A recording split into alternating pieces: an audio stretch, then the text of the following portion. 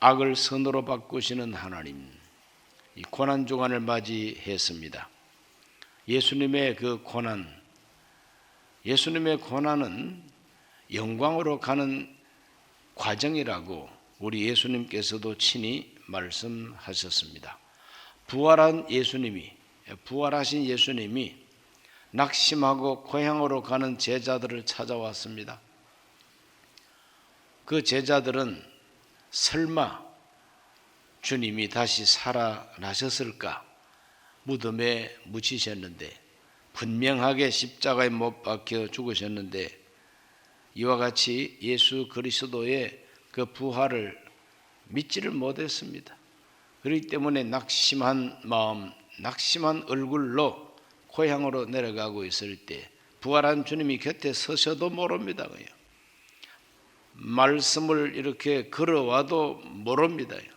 사람이 너무 낙심하고 너무 절망하면 귀에 들리는 소리가 이상하게 들리고 눈으로 보는 것도 다 정상으로 보이지를 않는 법입니다. 그래서 예수님 제자들이 부활한 예수님이 곁에 오셔서 말을 걸어와도 주님인 줄로 몰라보는 겁니다. 그럴 때 우리 예수님이 이런 말씀을 하십니다. 누가복음 24장 26절과 27절에 보면은 그리스도가 이런 고난을 받고 자기의 영광에 들어가야 할 것이 아니냐 하시고, 이에 모세와 모든 선지자의 글로 시작하여 모든 성경에 쓴 바 자기에 관한 것을 자세히 설명하시니라. 예수님께서 친절하게 자세하게 설명을 해 주시는데, 모세의 글과 선지자의 글, 성경에 하나님이 보내시는 그리스도 메시아는 고난을 받고 자기 영광에 들어가야 한다는 것을 설명을 했다는 거죠. 그래서 고난과 영광이 먼저가 아니라 고난이 먼저입니다. 고난 받고 영광에 들어가는 이 과정은 하나님이 정해놓으신 그리스도의 길이라는 것입니다. 사도 베드로도 그걸 깨닫지 못했습니다. 그래서 주님이 고난 받고 죽었다가 사흘 만에 부활할 것을 말씀할 때에 베드로가 항변했다 그랬습니다. 예수님께 항변이 뭡니까? 그렇게 하지 마십시오. 이렇게 고난 받고 영광 들어가야 된다고 하는 이 하나님의 정한 법칙, 베드로가 이해를 못했습니다. 그러나 베드로도 부활한 예수님 만나고 성령을 딱 이렇게 받으니까 어두운 머릿속에 빛이 확 들어오는 것처럼 진리의 세계가 베드로에게 확 열린 겁니다. 그래서 베드로가 뭐라고 말을 하는지 읽어봅니다. 사도행전 3장 18절입니다. 다 같이 읽습니다. 그러나 하나님이 모든 선지자의 입을 통하여 자기의 그리스도께서 고난 받으실 일을 미리 알게 하신 것을 이와 같이 이루셨느니라 그랬습니다. 베드로가 몰랐는데 성령 받고 깨달았어요. 뭘 깨달았느냐? 하나님이 모든 선지자의 입을 통해서 자기의 그리스도께서 고난 받으실 일을 미리 알게 하셨다는 거예요. 그 미리 알게 하신 것을 이와 같이 이루셨느니라. 이와 같이 이루었다고 하는 게 뭐냐? 그게 바로 14절과 15절입니다. 너희가 거룩하고 의로운 일을 거부하고 도리어 살인한 사람을 놓아 주기를 구하여 생명의 주를 죽였도다. 그러나 하나님이 죽은 자 가운데서 그를 살리셨으니 우리가 이 일의 증인이라. 얼마 전에 유대인의 지도자들이, 그리고 많은 유대인들이 예수님을 십자가에 못 박아서 하고 죽였다는 겁니다. 생명의 주님을 죽였도다. 그러므로 선지자들이 하나님의 그리스도가 고난을 받아야 된다는 것을 미리 말씀했는데 그것을 이와 같이 이루셨다. 즉 생명의 주님을 십자가에 못 박아 죽이는 것으로 이루셨다는 거죠. 그러니까 이 베드로도 이제 드디어 그리스도의 고난을 깨달았습니다. 하나님이 우리에게 보내시는 그리스도는 고난을 받아야 된다는 것을 깨달았습니다. 그래서 때문에 베드로가 주여 그리하지 마소서 하는 그 자기 생각을 이제는 포기하고 버리게 되는 겁니다. 하나님이 미리 말씀하신 것을 이와 같이 이루셨다. 그러므로 고난받고 영광에 들어가는 이 하나님의 법칙, 이 하나님의 법칙을 우리에게 깨닫게 하기 위하여 벌써 구약 성경에 고난으로 영광에 들어간 이야기들이 많습니다. 제일 첫 번째 우리가 생각해 볼 수 있는 사람은 요셉입니다. 요셉이 우리 예수님을 꼭 닮았어요. 그리고 요셉이 받은 고난이 뭐냐? 요셉이 받은 고난, 그것은 형들에게 미움을 받고 또 형들로부터 인신매매를 당하는 그 슬픔, 그 고난, 이렇게 요셉이 나이 17살 때부터 고난을 받게 됩니다. 창세기 37장 3절과 4절 우리 다 같이 한번 읽어보겠습니다. 요셉은 노년에 얻은 아들이므로 이스라엘이 여러 아들들보다 그를 더 사랑하므로 그를 위하여 채색옷을 지었더니 그의 형들의 아버지가 형들보다 그를 더 사랑함을 보고 그를 미워하여 그에게 편안하게 말할 수가 없었더라. 요셉의 형들이 요셉을 보고 말을 편안하게 할 수가 없습니다. 왜 편안하게 할 수 없습니까? 마음이 편하지 않으니까 편안하게 말 못하지요. 형들이 왜 마음이 편안하지 못했을까요? 그것은 아버지가 자기들보다도 동생을 더 사랑하니까. 같은 형제들이라도 아버지 어머니가 누구를 더 사랑하느냐에 따라서 형제들이 싸움도 하고 질투도 하고 그럴 수밖에 없죠. 이것이 우리 인간의 마음입니다.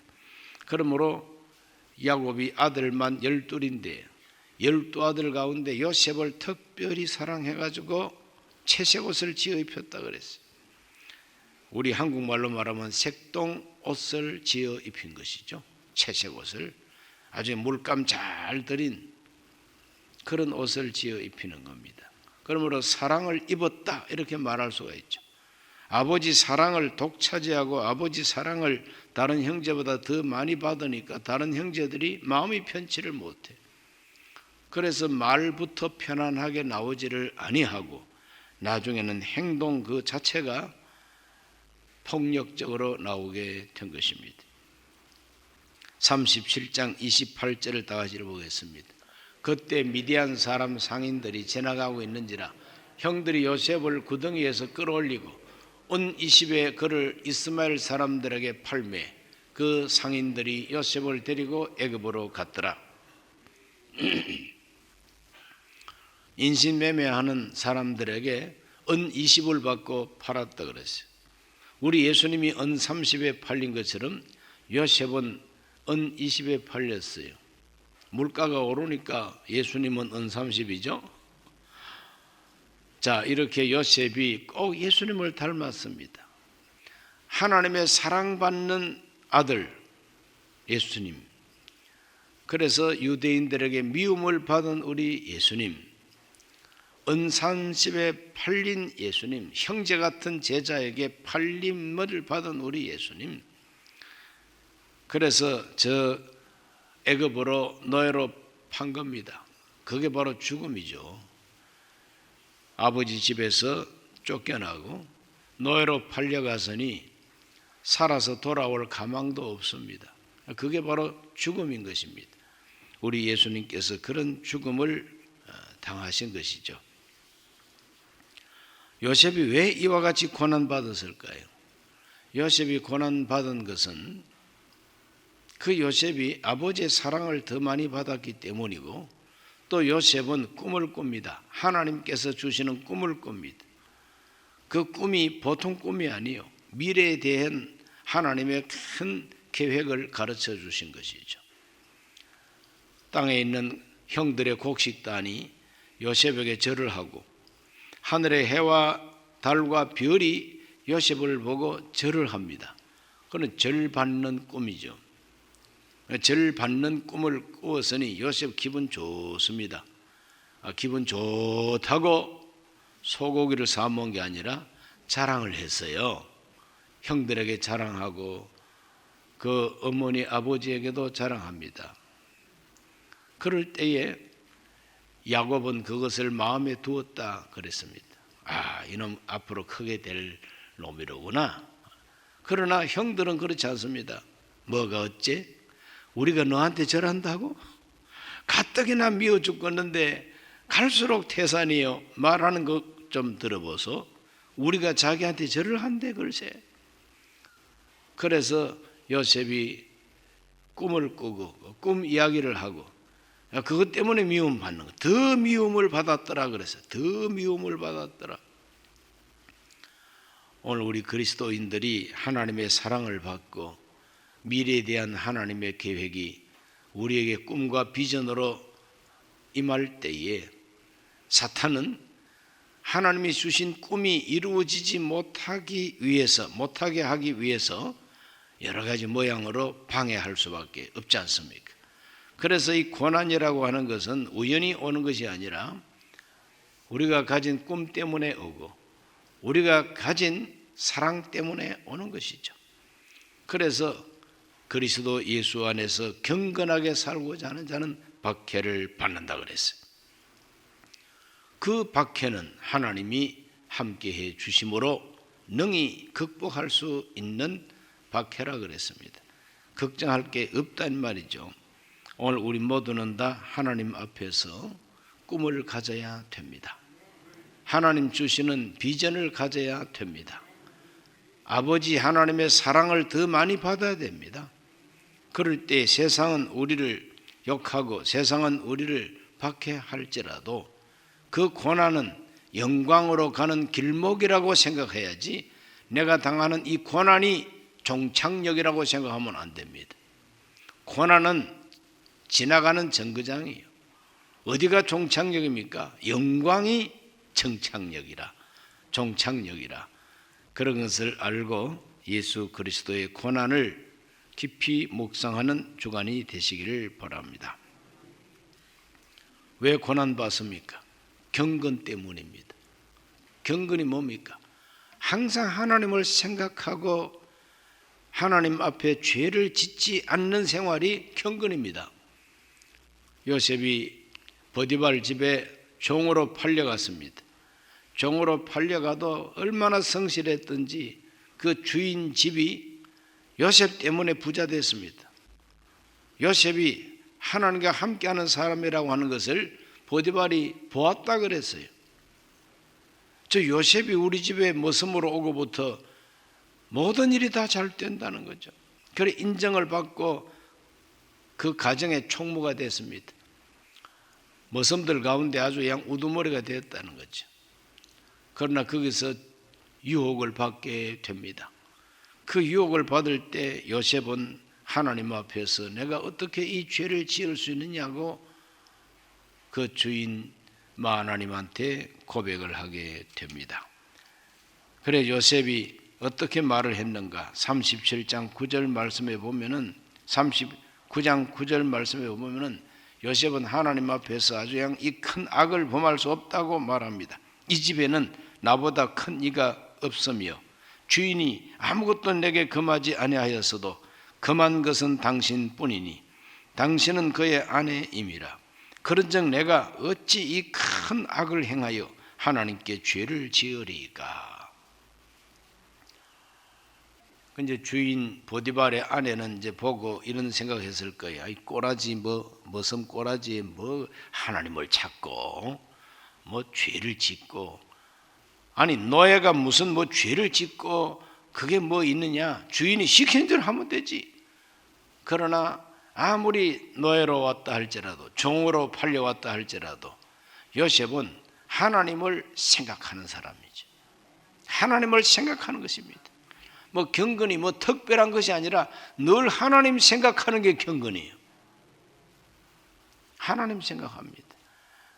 장 보러 가서 물건을 살 때도 하나님 생각하면서 장 보고 집에서 생활할 때도 하나님을 생각하면서 생활하고 이게 경건입니다. 내 머릿속에서 하나님이 하얗게 증발해버리고 하나님이 안 계셔버려 그 사람은 경건하지 못한 사람이죠. 언제 어디서나 항상 하나님을 생각하는 것이 경건이라는 걸 잊지 말게 되시기를 바랍니다.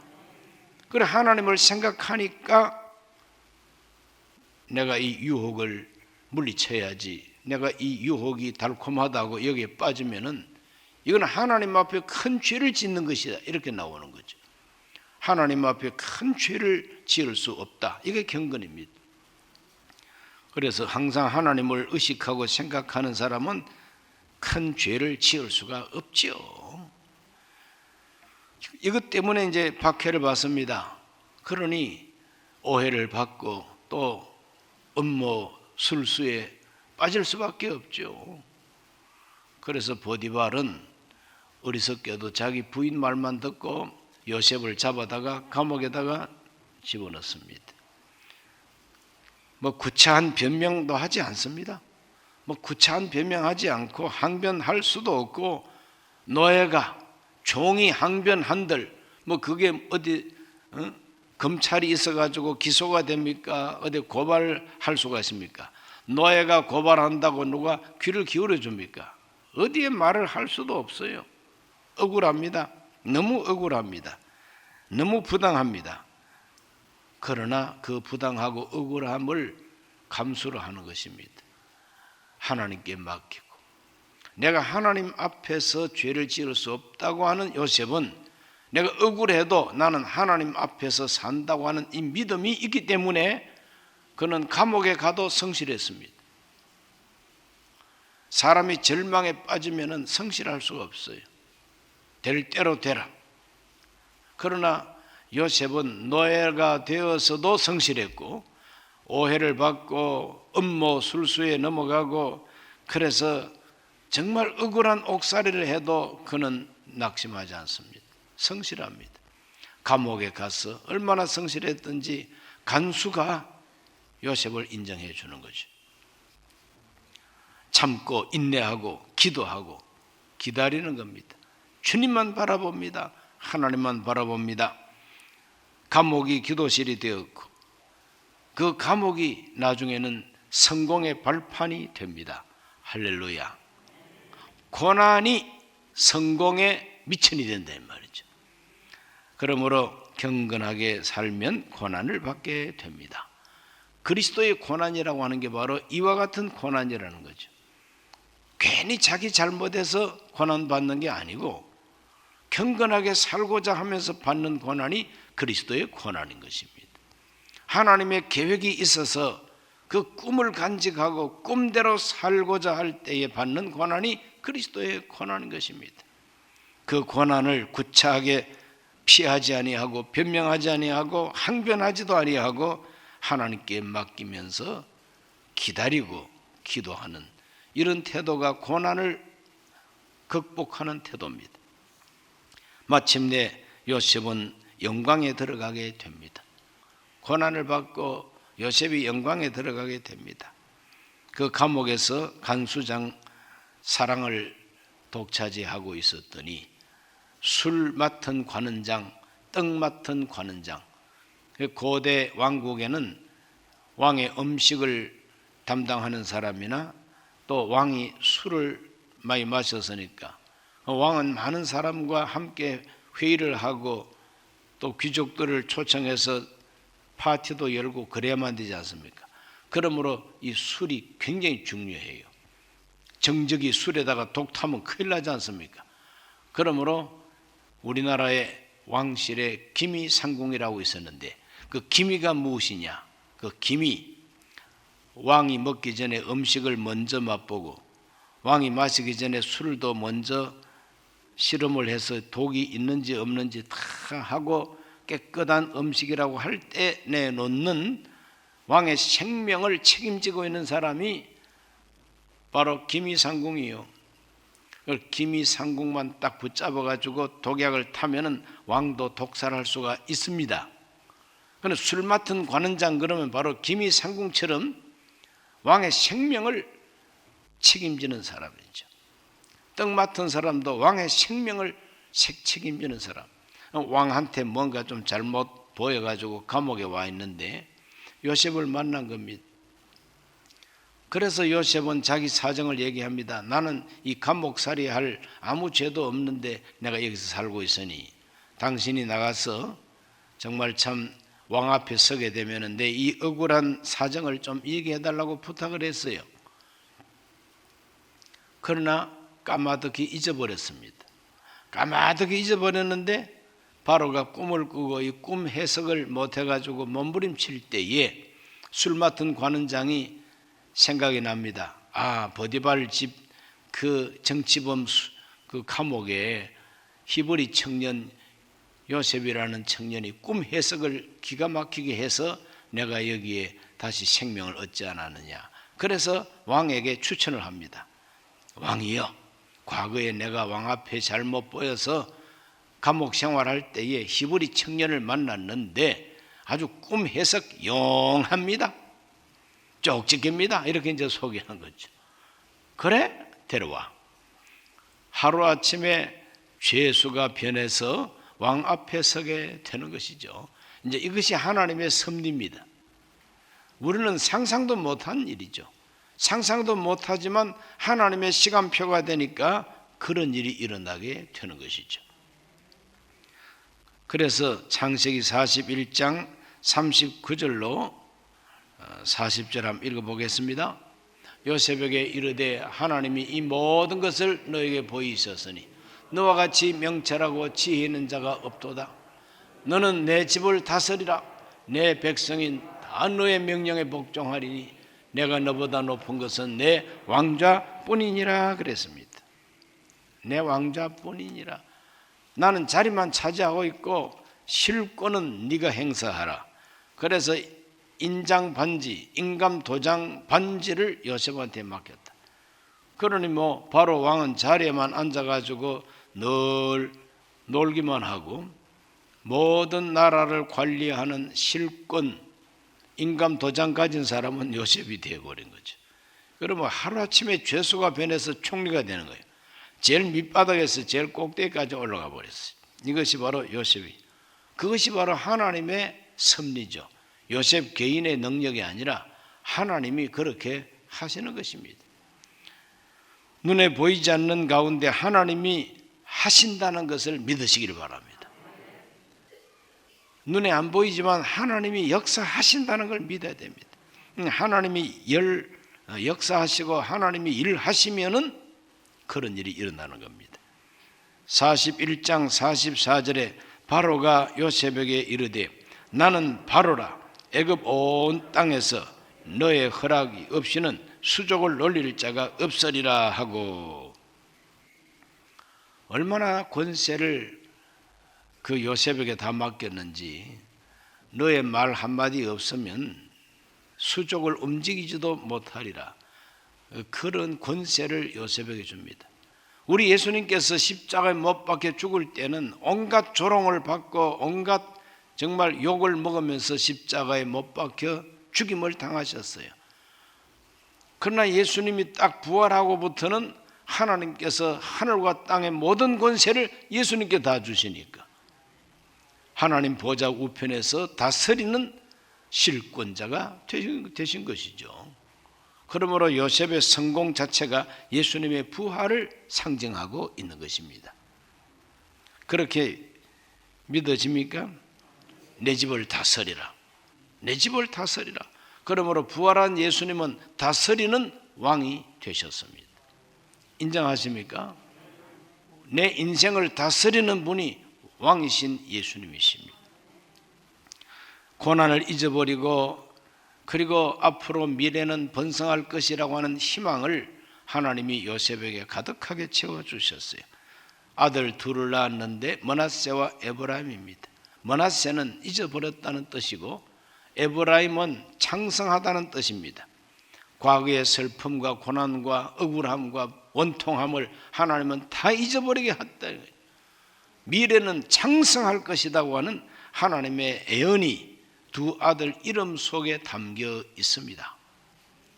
하나님 역사는 바로 이와 같은 역사인 것입니다. 이러한 영광에 들어가는 것이죠. 영광에 들어갑니다. 고난을 잊어버렸습니다. 미래에 대한 희망이 가득합니다. 뿐만 아닙니다. 원수를 용서하는 인격자가 됩니다. 원수가 누가 원수입니까? 형들이 원수입니다. 자기를 미워하다 못해서 인신매매까지 해버린 그 형들이 원수죠. 그러나 그 원수를 외나무 다리에서 만납니다. 흉년이 와가지고 양식이 없으니까 애굽에 양식이 있다는 소문 듣고 양식 구하러 내려온 형들을 만나게 됩니다. 요셉이 국무총리의 옷을 입고 높은 보좌에 앉아서 내려다보니까 꺼벙하게 형들이 온 거예요. 뭐 옛날이나 지금이나 다 양치질도 안 하고 돌아다니는 인간들이에요. 뭐 이발소가 있습니까? 머리는 꼭 낙타 머리처럼 돼가지고 그냥 그렇게 삐쩍 말라서 이제 온 형들을 봅니다. 그 얼마나 불쌍합니까? 원수를 갚겠다고 하면은 그거 뭐 하루 아침에 양 목을 날릴 수가 있는 거죠. 그러나 요셉은 자기 형들에게 복수하지를 않습니다. 이것이 이제 요셉에게 나타난 큰 영광입니다. 무엇이 영광입니까? 용서하는 게 영광이, 복수하는 게 영광이 아닙니다. 중국 사람들이 만드는 그 영화는 꼭 복수하는 게 중국 영화의 본질입니다. 복수. 그래, 복수하지 아니하면 그건 사람도 아니에요. 반드시 복수해야만이 그것이 사람 도리라고 가르치는 게 중국 사람들입니다. 그러나 우리 하나님 용서하는 게 영광이라고 합니다. 용서하는 게 영광이라. 그래서 요셉이 자기 형들을 어떻게 용서하고 통곡하며 울었는가? 창세기 45장입니다. 4절에서 5절을 다 같이 읽습니다. 요셉이 형들에게 이르되 내게로 가까이 오소서. 그들이 가까이 가니 이르되 나는 당신들의 아우 요셉이니 당신들이 애굽의 판자라. 당신들이 나를 이곳에 팔았다고 해서 근심하지 마소서. 한탄하지 마소서. 하나님이 생명을 구원하시려고 나를 당신들보다 먼저 보내셨나이다. 8절도 읽습니다. 그런즉 나를 이리로 보낸 이는 당신들이 아니요 하나님이시라. 하나님이 나를 바로에게 아버지로 삼으시고 그 온 집의 주로 삼으시며 애굽 온 땅의 통치자로 삼으셨나이다. 요셉은 깨달았습니다. 사람이 생각하는 것이 넓어지고 높아져야 됩니다. 그래서 어릴 때는 형들에게 미움을 받고 두들겨 맞고 인신매매 당했을 때는 굉장히 형들이 미웠겠죠. 그런데 이제 나이가 들면서 하나님의 섭리를 깨닫고 보니까 이것은 내 형들을 통해서 하나님이 나를 애굽에 먼저 보내셨구나. 내 가족들이 굶어 죽는 것을 방지하기 위하여 하나님이 나를 먼저 애굽에 보내셨구나. 이걸 깨달은 겁니다. 깨닫고 보니까 형들이 미운 것이 아니라 형들이 불쌍하게 보입니다. 그래서 그 형들을 끌어안고 울면서 용서하고 근심하지 마소서, 낙심하지 마소서 이렇게 나옵니다. 이것이 바로 영광입니다. 고난 당했다 그래서 너도 당해봐. 이것이 영광이 아니라 고난 받았지만은 하나님의 뜻을 깨닫고 보니까 형들이 원수가 아니라 내가 오히려 저 형들을 살려내야 할 사람이라고 알게 되는 것입니다. 이것이 영광이죠. 오늘 우리 모두가 다 영광에 들어가게 되시기를 바랍니다. 창세기 50장 20절과 21절 당신들은 나를 해하려 하였으나 하나님은 그것을 선으로 바꾸사 오늘과 같이 많은 백성의 생명을 구원하게 하시려 하셨나니 당신들은 두려워하지 마소서. 내가 당신들과 당신들의 자녀를 기르리다 하고 그들을 간곡한 말로 위로하였더라. 간곡한 말로 위로까지 합니다. 하나님은 그것을 선으로 바꾸어 주셨다. 그것이 뭡니까? 그것이 바로 15절에 기록되는 대로 요셉의 형제들이 그들의 아버지가 죽었음을 보고 말하되 요셉이 혹시 우리를 미워하여 우리가 그에게 행한 모든 악을 다 갚지나 아니할까? 요셉의 형들은 아버지 죽었을 때에 이때까지 아버지 체면 때문에 동생이 우리를 해코지 못했지만 이제 아버지가 돌아가셨으니까 저 동생 요셉이 틀림없이 복수할 거 아니겠느냐. 자기 마음 짚어 남의 말을 한다고 이 형들의 마음은 아직까지 좁아 터진 마음이죠. 죄 짓고는 못 산다는 말이 맞습니다.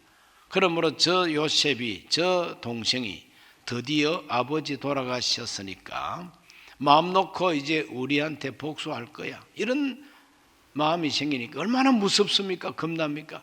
그러니까 형들이 요셉 앞에 가서 우리는 당신의 종입니다, 나는 당신의 형이다, 아니 난 당신의 종입니다 이라고 와서 엎드리는 거예요. 그래서 형이 와서 종이라고 엎드리는 걸 보고 요셉은 울었다 그랬어요. 울었다 그랬어요.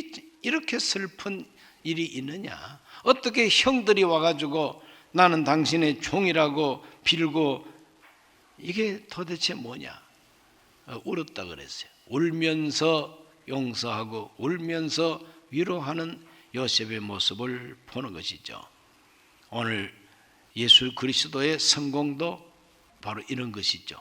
주님은 죽임을 당하셨지만 복수하지 아니하시고 오히려 자기를 죽인 자들을 위하여 기도하시고 대속물이 되셔서 회개하고 믿기만 하면은 내가 당신들의 생명을 살리고 양육하겠다고 하는 이 요셉의 마음이 바로 예수님 마음이죠.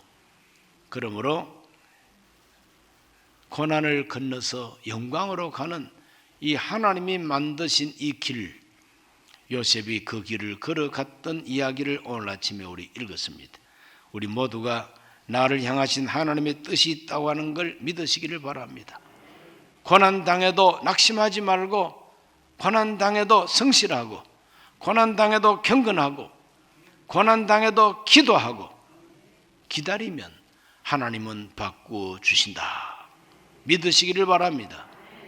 하나님 아버지, 오늘 이 새벽에 우리는 고난을 건너 영광으로 가는 요셉의 이야기를 다시 한번 상고했습니다. 우리 모두가 고난을 당해도 낙심하지 말게 하여 주옵시며 영광에 도달하게 하여 주시옵소서. 예수님 이름으로 기도하옵나이다. 아멘.